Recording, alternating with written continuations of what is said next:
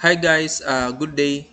So nandito ako ngayon sa ating discussion material 1.4 proof of cash. Okay? Before ko i-apply yung three reconciliation methods for proof of cash, we're going to solve yung sample problem solving 14 natin pertaining dun sa pag-compute ng deposit in transit at saka yung outstanding checks. This is in relation sa ating topic na proof of cash at doon na rin sa ating bank reconciliation. Okay? So start ako mag-discuss. Madali lang to. So sabi dyan, high-speed company provided the following information for the month ended February 28, 2019. Then we were given information for January and February. For January, we have collections, we have DAIF, DAOD or NSF check, we have bank service charges, deposit in transit, at saka outstanding checks. For February, we have total cash receipts per book records, total cash disbursements per book records, total bank credits, which includes collections of 200,000, then total bank debits, which includes DAIF check of 4,000 and bank service charges of 5,000. Yung requirements, assuming daw no errors committed by both book and bank records, pinapakompute sa atin yung una, February deposit in transit, yung pangalawa, February outstanding checks. So, ito yung magiging solution format natin to solve the requirements. So, unahin natin yung deposit in transit for requirement 1. So, hanapin yung deposit in transit beginning or yun yung nagpe-pertain sa January. We have there 230,000. So, ilagay dito, we have 230,000. Then, add ka ng cash receipts per book records. Hanapin si cash receipts per book records. Ito, 1,500,000. So, ilagay dito. Then, we can arrive with total deposits to be acknowledged by the bank. 1,730,000. Then, less ka ng deposits acknowledged by the bank. Okay? Yung computation yan, hanapin si bank credits. Yung bank credits natin, we have 1,247,000. So, i-post lang. Then from that, bawas ka ng collections, yung 200,000. Bakit ibabawas yung 200,000 na yan? Because that is an addition to your bank account but does not represent cash deposit. Okay? So, hindi yan item ng deposit, so ibawas. So, we can have 1,047,000. So, ilagay dito, minus 1,047,000. Then we can arrive our deposit in transit ending or for February, 683,000. So, move on tayo sa requirement 2, outstanding checks. Hanapin yung beginning which pertains for January. We have 110,000. So, ilagay dito, 110,000. Then, add ka ng cash disbursements per book records. So, we have here 1,100,000. So, post ka 1,100,000. Then, we can arrive with total checks to be cleared by the bank. So, we have it.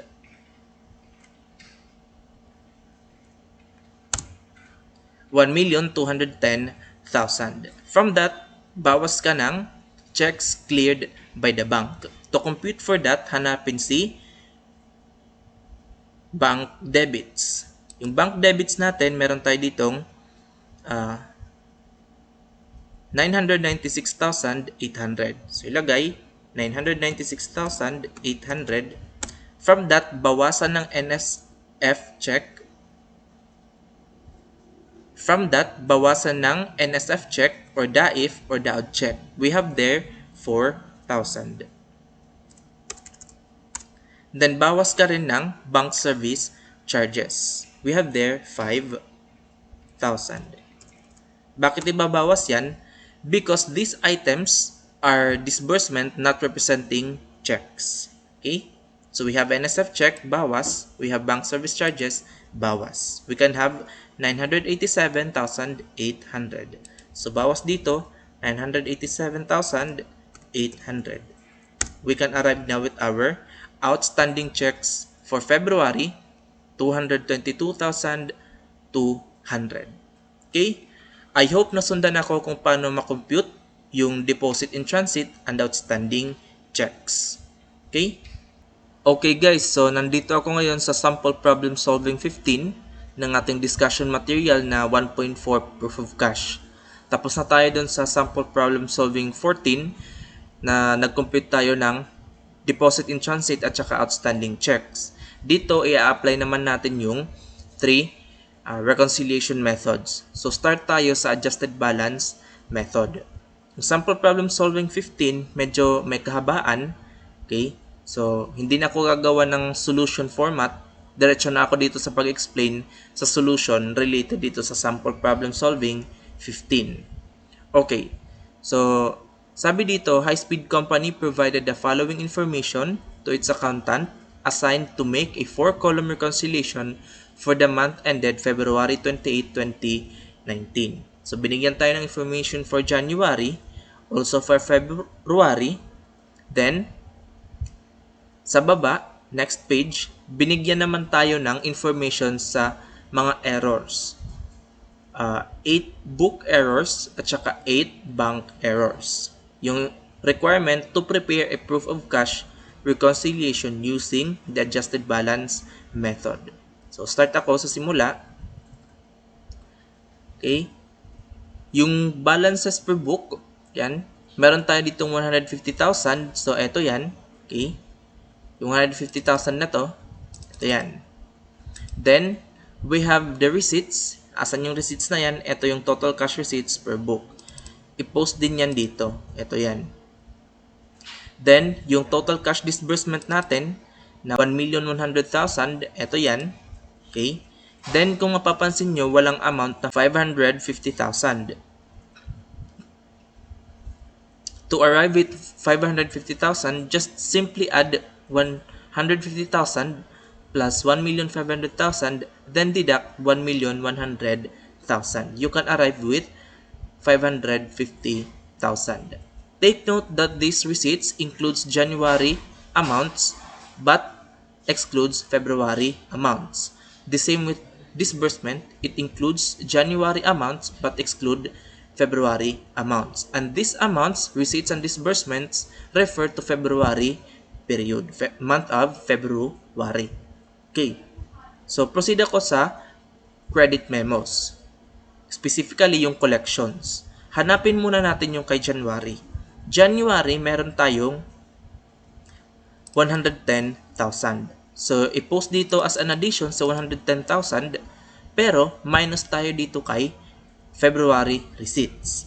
Then, hanapin naman si February. Si February, matatagpuan siya dito sa information kay February.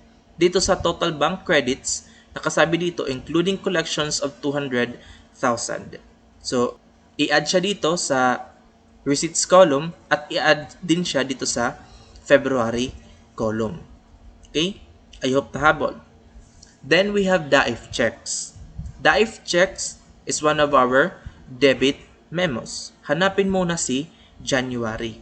January, meron tayong 2,300 dito. So, ay minus yan dito. Then, since nasama siya sa February disbursement, i-minus siya. Then, hanapin naman si February. February, we have here, okay, sa total bank debits, included daw DAIF checks for 4,000. Okay, etong 4,000. So, magbawas tayo dito. Magbawas tayo kay February column ng 4,000. Since disbursement siya, i-add siya dito sa 4,000.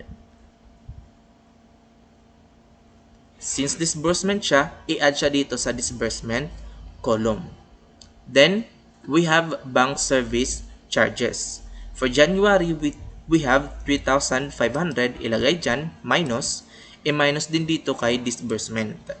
Then, hanapin si February. Sa February, meron tayo dito 5,000. Yan, 5,000.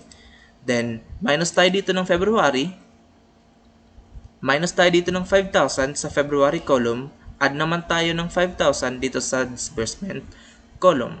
Okay? I hope nasundan ako doon. Madali lang yung items na yon. Medyo mahihirapan tayo dito sa book errors. Kasi nga, iintindihin natin kung paano nangyari or ano yung nangyari dyan sa mga errors na yan. At kung paano natin i-correct at ipopost dito sa ating pinaka-solution format. Punta ako dito sa book errors. Okay. Book errors, number 1, sabi dito, a cash collection from January amounting to 18,000 from customers were reflected in the records as 13,000. The error was corrected in February. Sabi dyan, may collection tayo ng 18,000 sa January. Sa January dapat siya.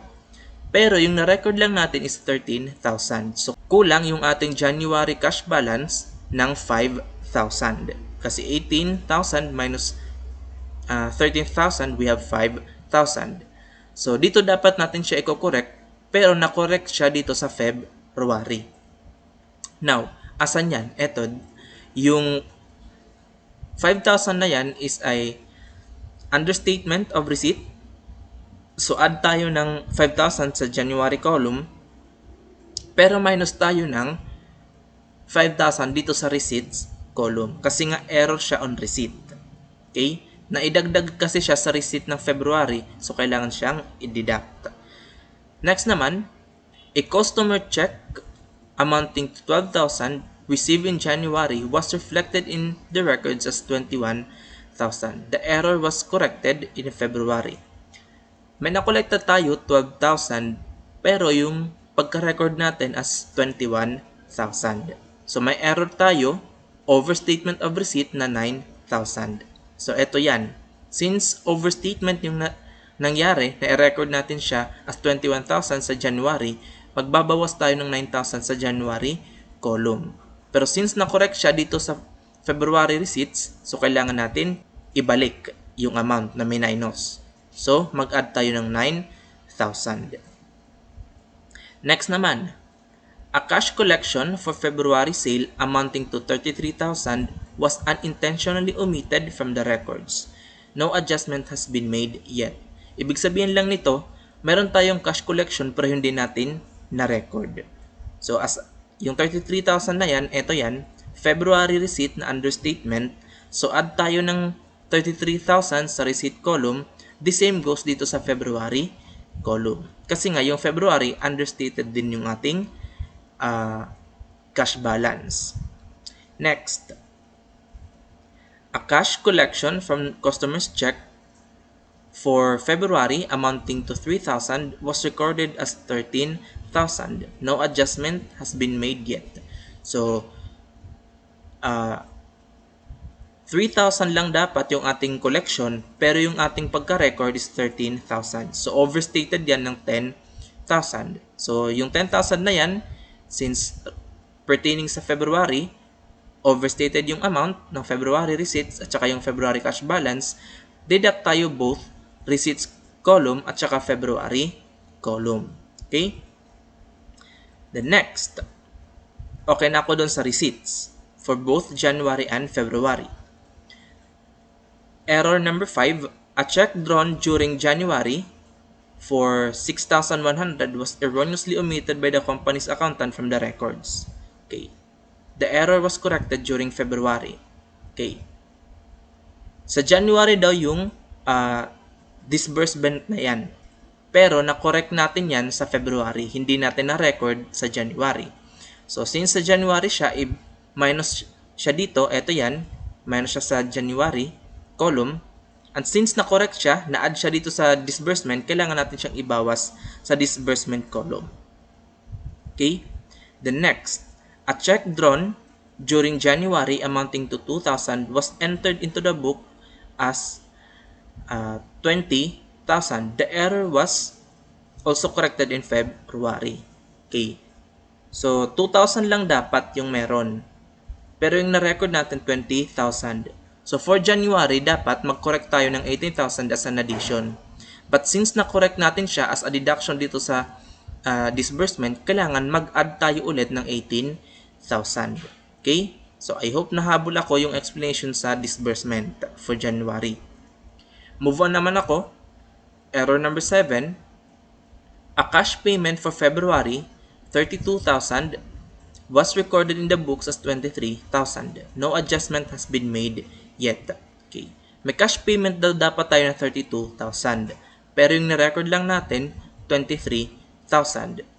So, kailangan magdagdag tayo dito ng 9,000 sa disbursement column, magbawas tayo ng 9,000 sa February column. Kasi yung disbursement natin understated, yung ating cash balance overstated. Kaya nagbawas tayo dito. Dito naman, nag-add.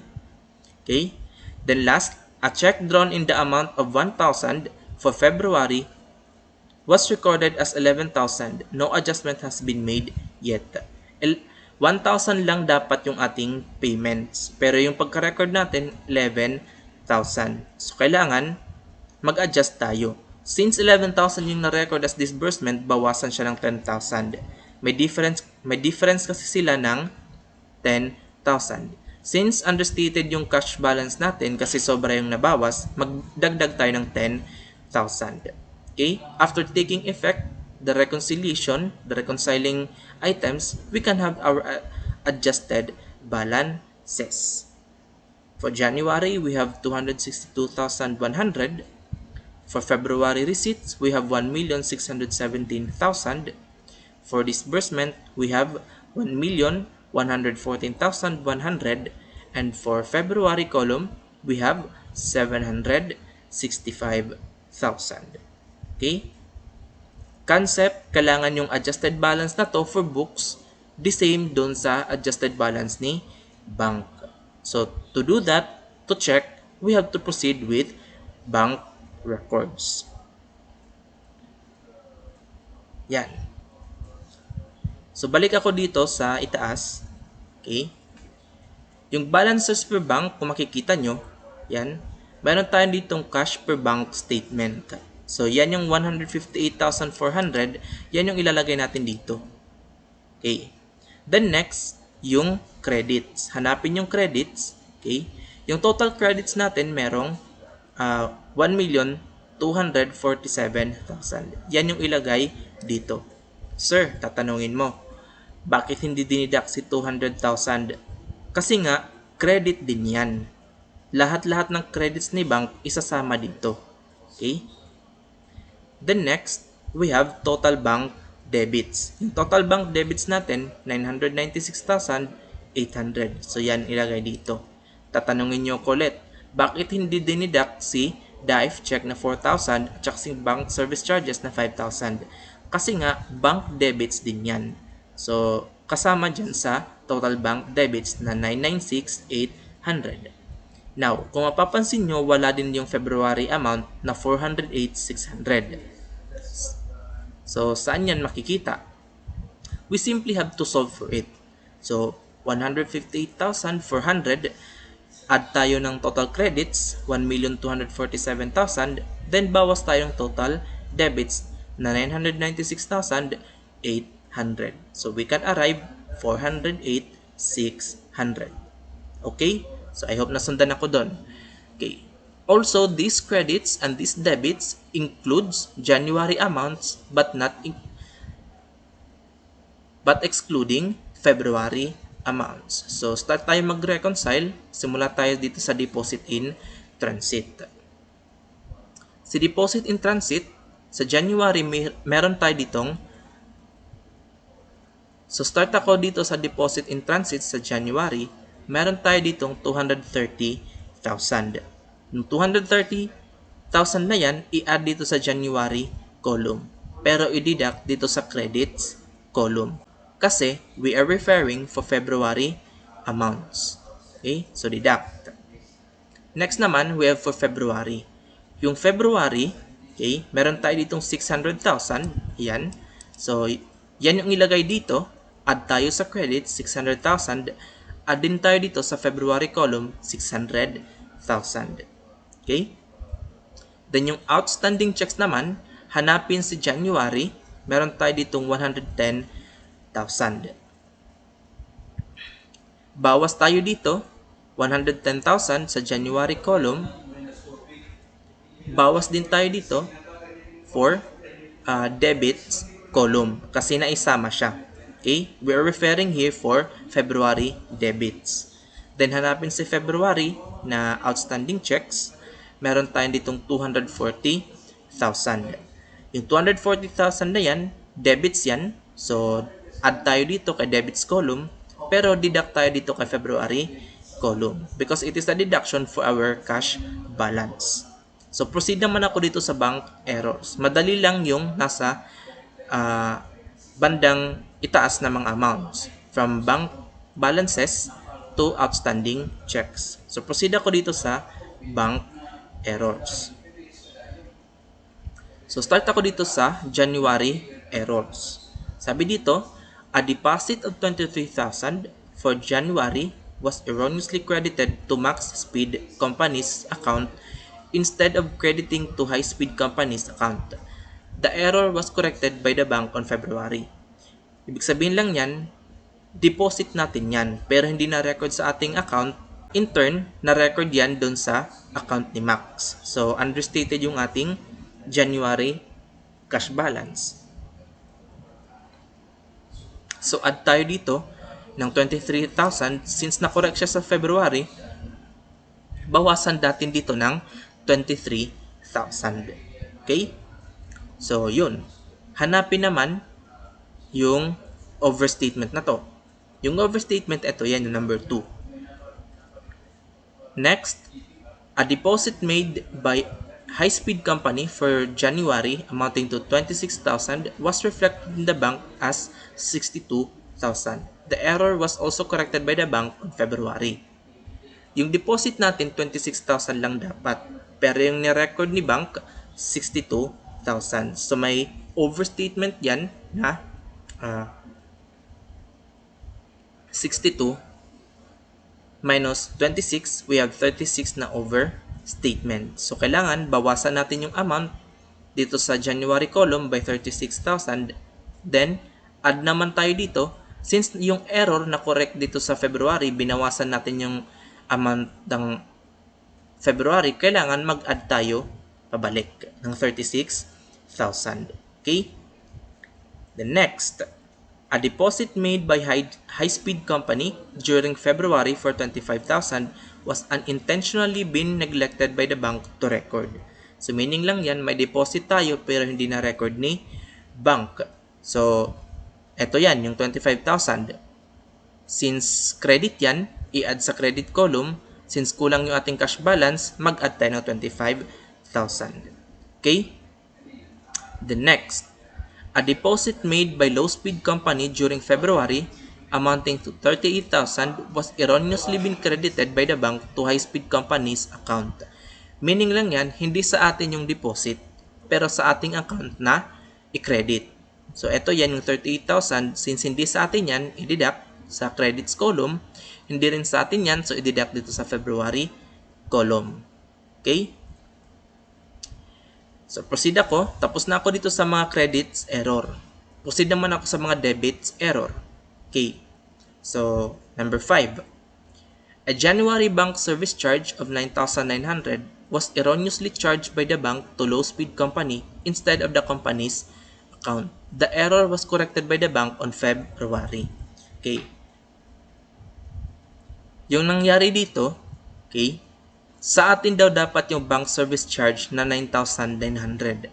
Pero, i-charge yan sa account ni Low Speed Company. So, yan nangyari. Overstated yung ating January balance. Okay. So, kailangan mag-deduct tayo dito ng 9,900 sa January column. So, yung error na yan na correct daw sa ating February debits na i-add yan. Okay? Kasi yung nangyari, instead na kay low i-charge, sa atin yan na i-charge. So, dinagdag siya dito sa debits. So, kailangan ibawas natin yung amount. Okay? So, nag-deduct tayo dito ng 9,900. Next, a January bank service charge for Average Speed Company for 6,600 was recorded as a debit to High Speed Company's account. The error was also corrected by the bank on February. Okay. So, yung ibig sabihin lang nito, hindi sa atin yung disbursement. Hindi sa atin yung debit. Pero yung account natin yung dinebit. So, therefore, nabawasan yung ating January cash balance, so kailangan mag-add. And since dito siya na-correct sa February, dito siya binawas pag correct, so kailangan mag-add din tayo pabalik. Okay? Ng 6,600. Okay. So, move on ako dito sa February. Sabi niya dito, sa number 7, a February bank service charge to high-speed company of 5,400 omitted by the bank in its record. So, hindi doon na-record ni bank. So, overstated yung ating cash balance. So, mag-deduct tayo dito ng 5,400. Tapos, understated yung ating debits column. So, kailangan mag-add tayo ng 5,400 sa debits column. Okay? Then last, a February bank service charge to average company for 7,400 was recorded twice against high-speed company's account. Okay. Yung ibig sabihin lang nito, hindi na nga sa atin yung disbursement, hindi na nga sa atin yung bank service charge, i-charge pa sa atin twice. So twice, 7,400 times 2, we have 14,800. So kailangan magbawas tayo ng 14,800 sa debits column since understated yung ating cash balance sa February because of an overstated debit, mag-add tayo dito ng 14,800. So, yung balance natin should be the same with book adjusted balances. Okay? So, paki-verify na lang yung mga amounts, paki-compute, yun yung labas. Kailangan equal. Okay? So, yun yung application ng ating proof of cash adjusted balance method. Okay, so proceed naman ako dito sa problem solving 16. I-explain ko lang kung paano i-apply yung next method natin, yung book to bank method of preparing proof of cash. Okay? So the same structure ng problem doon sa sample problem solving 15. Yun nga lang wala tayong unadjusted balances or yung uncorrected balances ng bank. Yung meron lang tayo, mostly are balances and reconciling items for book. The same goes yung application dun sa bank reconciliation na normal. Okay? Yung gagawin natin, yung balances at saka yung reconciling items for book. Okay? Okay, i-zoom ko lang. Yan. Yung treatment lahat-lahat, normal. So, you're going to adjust the book items in the usual way, similar dun sa adjusted balance method. Then, pag na-arrive yung adjusted balances na yan, you're going to treat naman yung bank balances in a reverse treatment. Just compare na lang dun sa mga amount ng kung paano present dun sa adjusted balance method dito naman sa book to bank method.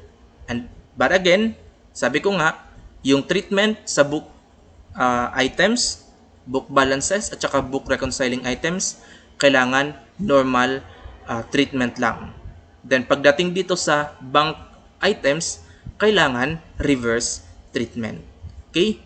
Then yung goal, the same sa normal bank reconciliation, kailangan ma-arrive natin yung unadjusted bank balances.